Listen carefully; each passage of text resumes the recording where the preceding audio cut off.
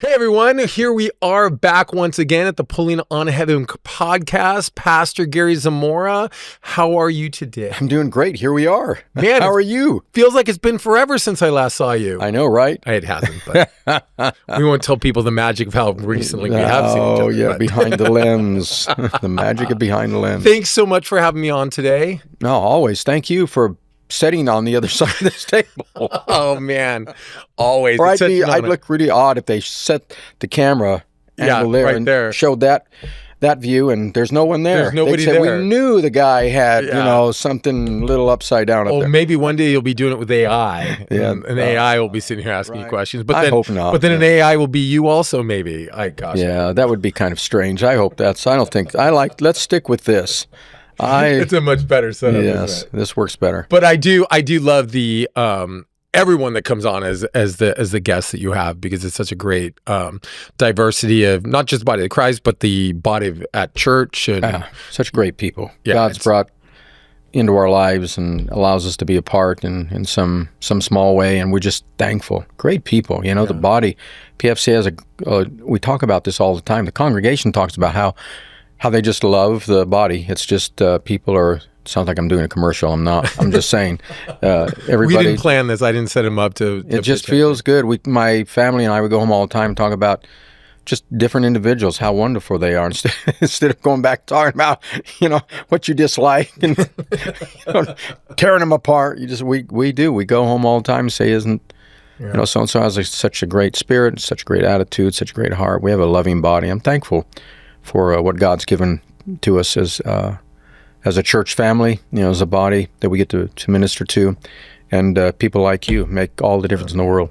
Well, look, like I always say, and I gush too much about, like the impact in my life and my family's life because of you is just amazing. And I wanted to, and what's also great, and what I think is what I enjoy so much about talking with you and getting to be on with you and everything. And I know that you feel the same way. Is just the we have a great. I think we have a great banter and a great relationship with each other, but also because it's just rooted and it goes so far back. Yeah. And getting to kind of see my own growth as it along through the revelation as God has taken you from this subject on your heart to this subject to this subject to this subject. But then also when it comes back full circle, I have a point here. I'm going somewhere. I'm not just rambling on this.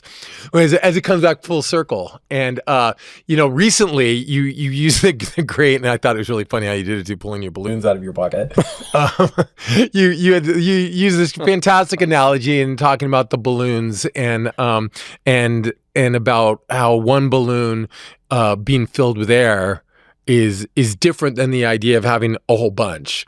Yeah. And about this concept of we think we need more of something, and God's like, you don't need more, you need to make the most of it. You need to master, I think is a word that we talked about too. What you have, and the idea of one balloon, and as we talk a little bit more about that, I just thought, talking about now the full circle aspect, does it remind me of this idea that you once gave me a word way back in the day, some I'd like to say it was only 6 years ago, because that's how old. I couldn't be any older than that, but it was more like 20 years ago or more. But the word you give me this word about, it's not about how many, it's about how mighty. Wow. And I think, I don't know if it directly with that same word or another, but I remember also you talking about, and the Bible talks about this, David God told David not to number Israel, not to number his army, not to kind of measure what his might and how much that he had. Yeah, I did. And he did, and he ended up losing some battles because of that. Yeah. And we tend to look at how much we have, what we have, and those are the very things that God says not to, and we overlook the things that He has given us to either steward over, or the very means, as you like to talk about, through which that deliverance or whatever He wants to achieve through, He places in our hand like the staff of Moses, and we a lot of times go, well, it's not this, it's got to be something else. Yeah, it's the volume of what you have at the present. Yeah. So I think we titled the message "Mastering the Present." which means what is presently in your hand. God said to Moses, when God's sending him into Egypt to tell Pharaoh, let the people go. And that's all Pharaoh could do. He couldn't set the people free. He didn't have the power to set them free. He only had the power to let them go because God told him to. Mm-hmm. And that power originated solely from God. But God speaks to Moses at one point, and he says, what do you have in your hand? He asks Moses, and Moses says, a shepherd's rod. It's a staff, a stick.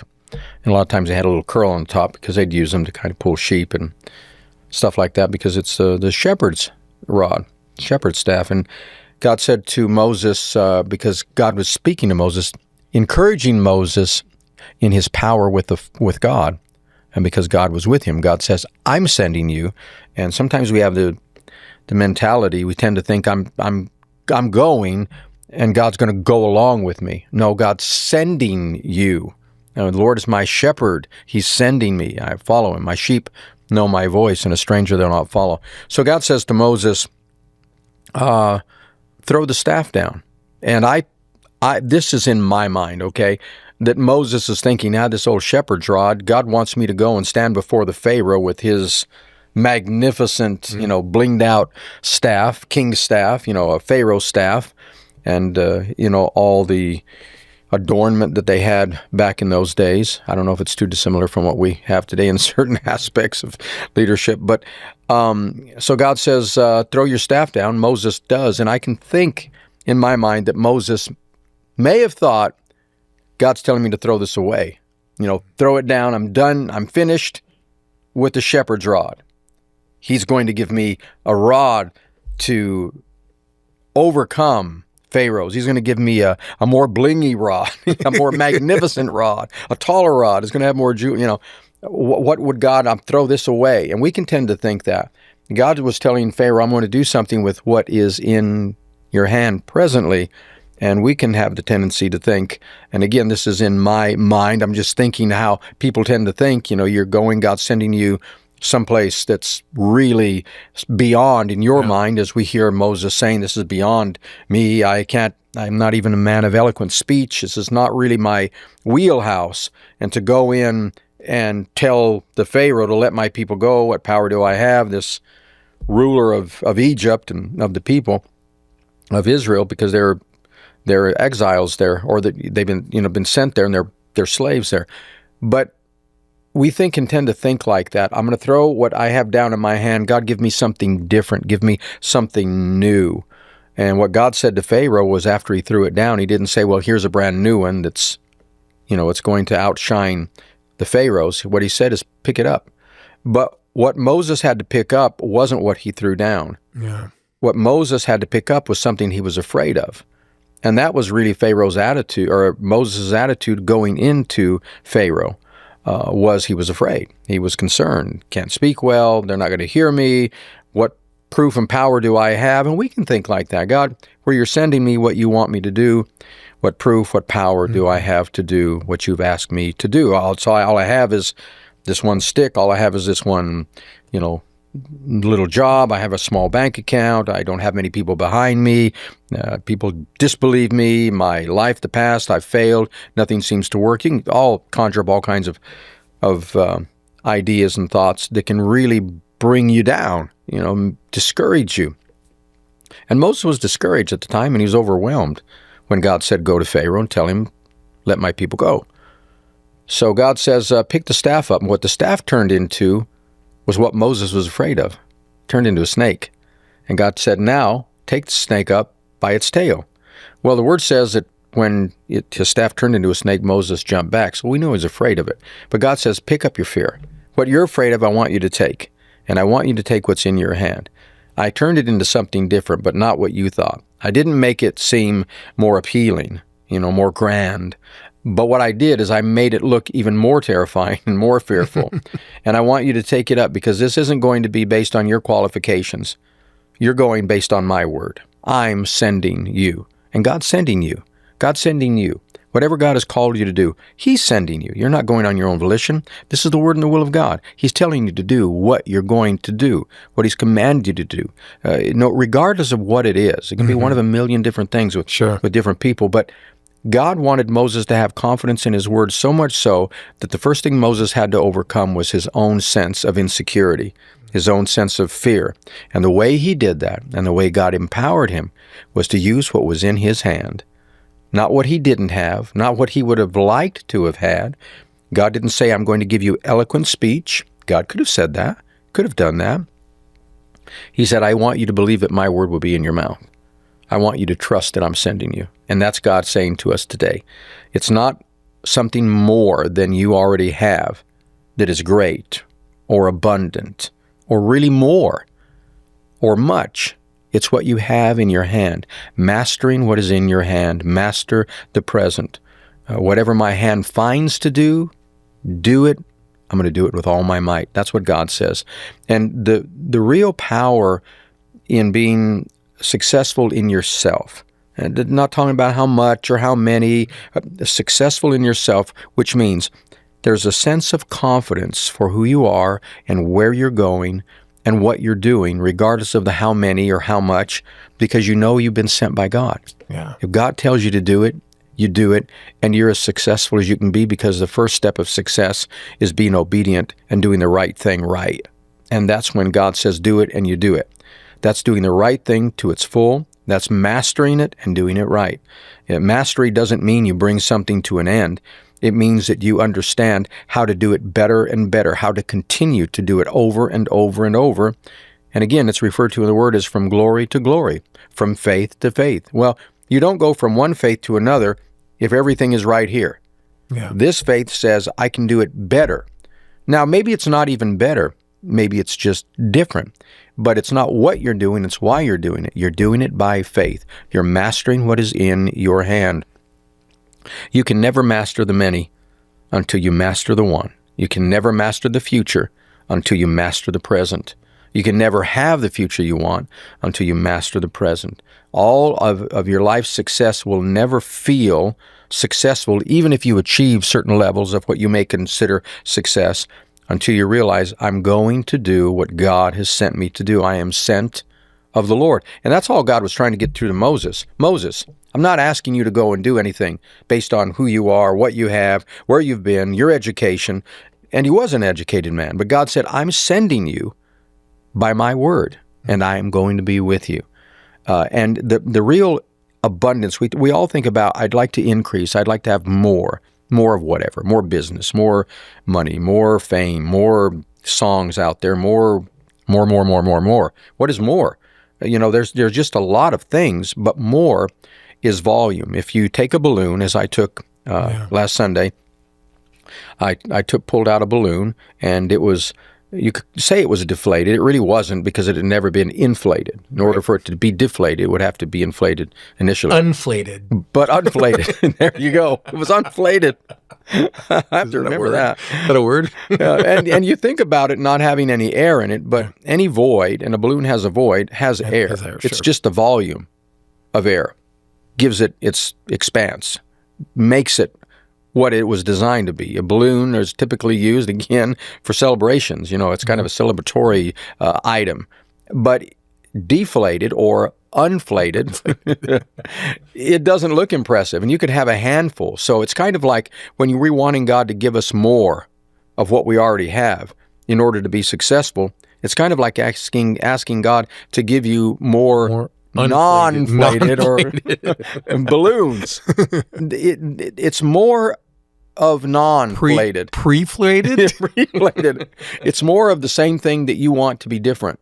Yeah. So you're not increasing your volume by mastery or by success. You're just kind of duplicating the problem. I have a balloon. That's really and profound. It's not as big as I want. You know, I have a business, I have a ministry, I have a life, a family, a relationship. It's not what I want.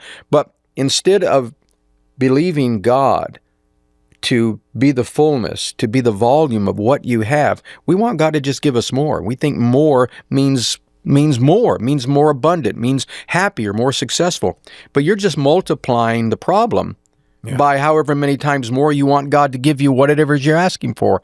Instead of saying, Lord, make me a master of what you've given me and put in my hand, whatever your hand finds to do, that one thing, be faithful over the least. Yeah. And I'll make you ruler over much.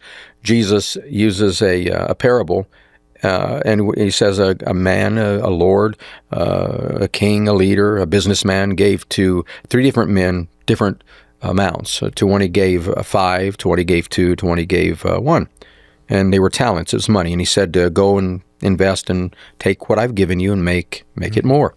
So the guy that had 5 went out, and the word says he earned 5 more, came back to the businessman, his boss, and said, you gave me 5, here's 10. He said, well done.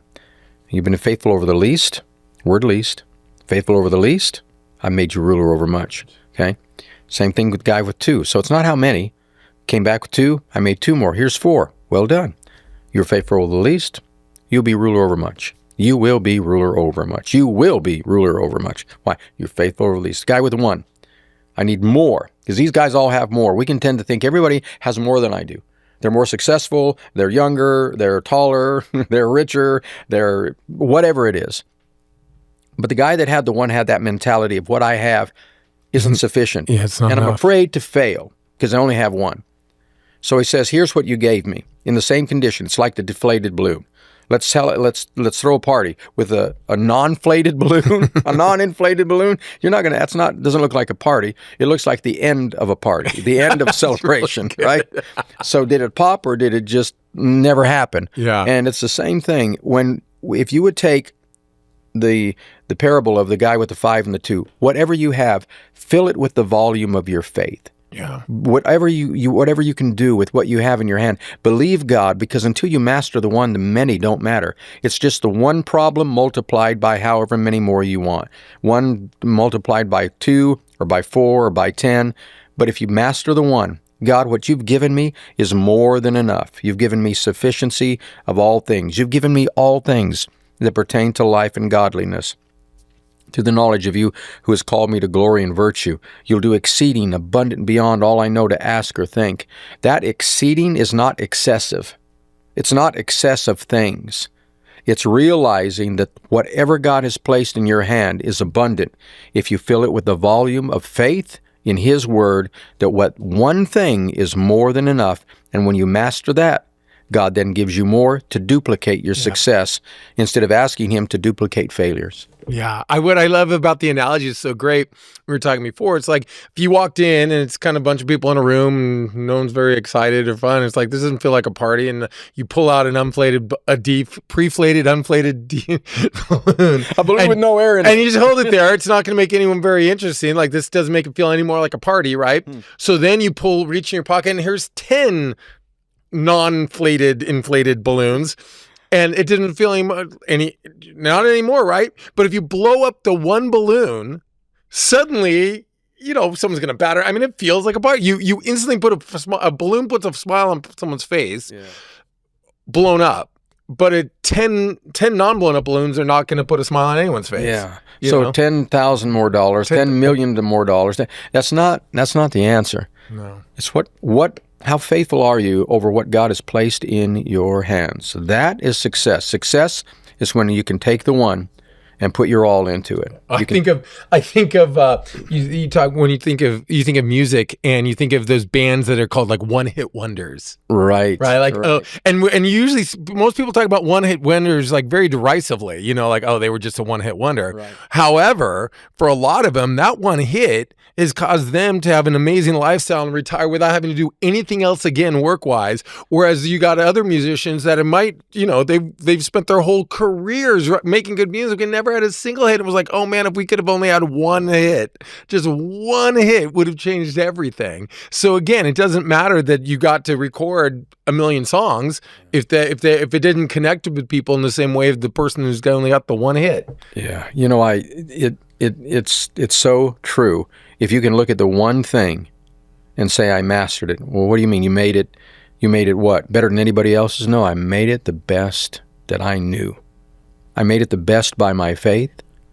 I remained consistent, and I still to this day remain consistent. If you will, I keep singing that same song, remembering that was the one that I was faithful over. That was the one that got recognition. I went into, I love to tinker. I'm, what is the term, something of many. Jack of all trades. Jack of all trades, yes, and master of none. Yes. But I'll think about doing something, and I'll think, what can I do with today? What can I do with this one thing to get it complete, to get it done, a project? Because I like to do a jack of all trades. I just like to do different things. I like working with my hands, putting something together, building something, making something. I don't have the time to do it as much as I used to, but I do enjoy doing that. Or let's say I don't take the time. I find other things more important than tinkering sometimes, but I still enjoy it. But I learned a lesson one time because I had several different projects out on my workbenches, and I had, a couple, 2, 3 workbenches, and I had different projects on each one. And I would go out there and think about each project, and I couldn't make up my mind which one to do. Yeah. So I'd go back in the house, leave my shop, and not do anything because I was overwhelmed by too many. Yeah. Now I had a decision to make. Which one should I do? Instead of just having one project on the table, going out there and saying, I'm going to finish this, I created an issue for myself. And we do that in life. Yeah. God, if we would do this and would do that, just a one thing. And the first thing to perfect is our confidence in who He is in us. My confidence, Lord, is today what I'm going to perfect is hitting my knees, whether I'm literally on my knees or not. I'm going to perfect coming before you first and foremost. Perfect. What do you mean? I'm going to do it the best I know, and I'm going to keep doing it. And every day, I'm going to perfect it. Every day, it's going to be complete and perfect, because perfection really is complete. And the Word says, now we are complete in Him. So when you say, I'm not perfect, well, you're actually contradicting the Word of God. The Word says, you are complete, Greek word, perfect. You are complete in Him. We just have to get us out of the way. Because it's no longer I that lives, the Word says, but Christ that lives in me. Stay focused there. If you take the one thing, today I was successful. I sought God. Today I was successful. I gave Him first attention, first thing in the morning. There's so many things. I was faithful over my word. I blessed someone when I could have cursed someone. I called them blessed and when I could have called them a name because they didn't treat me correctly. They treated me badly. The power is within your hands. Whatever your hand finds to do, do it with all of your might. And if all you have is a word, that's still something to perfect. Master the present, and you'll have the power to experience a successful future. That's the key. What God has placed in your hand, be faithful over the least, and God will make you ruler over much. And not only that, but consciously in your mind, you know, I fulfilled that one project. So I took all the projects off my table. Did the one. One project on the table, and guess what happened? Got it done. Whereas I've had projects sitting out on my workshop, on my workbench for years, literally, because I had several of them, and I couldn't figure out which one to do. And then you pull out another one thinking, I just saw this and I'd really like to do this. I'd like to build this, or I'd like to, and you can end up doing the same thing. Until you make up your mind, you're going to take that one thing that's in your hand, that staff that's in your hand, and say, God, you and me, with this staff, this one thing, I'm going to inflate my balloon. I'm going to lift up my staff. God said to Moses, just stretch that staff over the sea. Just stretch it over the waters. And you know what God called that staff? Once Moses believed God had sent him, called him the staff of God, not the rod of Moses. Wow. And it's the staff of God in your hand when you take your faith and you say, this is what God has placed in my hand. This is my balloon. The abundance isn't how many. Abundance is the volume in that one balloon. Yeah, wow. And I think, when it really boils down to it, if you think about it, what's the one thing that all of us are given is we're all given today. And if you apply it even from that perspective, that idea, so much of the time, this is the day, Lord, we've made, I'll rejoice and be glad in it. And this is the greatest day of your life. Well, how can you say that? Well, this is the day that you have. And so much we think that God's, whatever it is, whether it's something we're supposed to accomplish, whether it's change our own life, we're always putting those off to another day because it can't be today because there's problems with today. Yeah. So I need a better day. I need a different day. I need another day. I need an additional day when that staff, that balloon, that thing that we have to fill, regardless of everything else, we all have today to fill it with something, with the faith of believing that there's purpose in what today is. Well, how many times do people go to bed at night feeling like I didn't accomplish anything? You should never do that. You should always go to bed at night saying, I accomplished something really important. I sought God. I declared the blessing and the favor of the Lord. I was a successful worshiper today. Today, God is with me. You know, we've talked, you and I have talked a lot about this, talking about Jesus coming soon, Jesus coming soon. Okay, but what about today? Soon isn't good enough for me. No. I don't want Jesus coming soon to be my hope. I want Christ with me, the hope of glory. So however and whenever the great day of resurrection is revealed, I say, we did this together. It's not like I feel he's coming for me. I feel like he's coming with me, because he said we're seated with him in heavenly places. It's not about soon. It's not about I'm almost there. It's about I am right where God wants me. Being faithful over the moment that you're in, mastering the present. This is the day God has made. I'll rejoice right here and right now and be glad in it. What did Jesus say? What did he say? He said, don't take thought for tomorrow. Don't say tomorrow. This is the day. Master the present, and you'll be able to master the future. Man, I don't know that there's more to be said. There's lots more to be said, but my gosh, anything more, I think at this point risk diluting the power of what that is.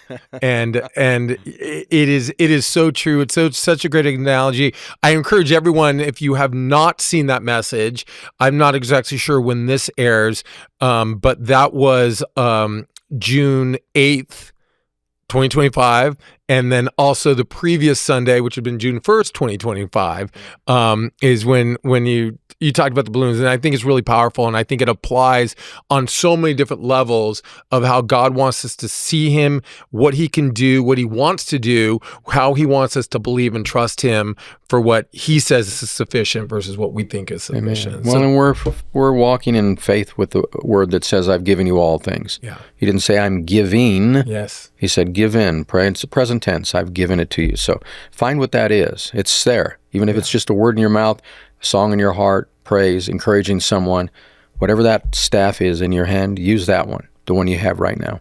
Great word. Thanks, Pastor. Thank you, Steve. Until next time, everyone, take care.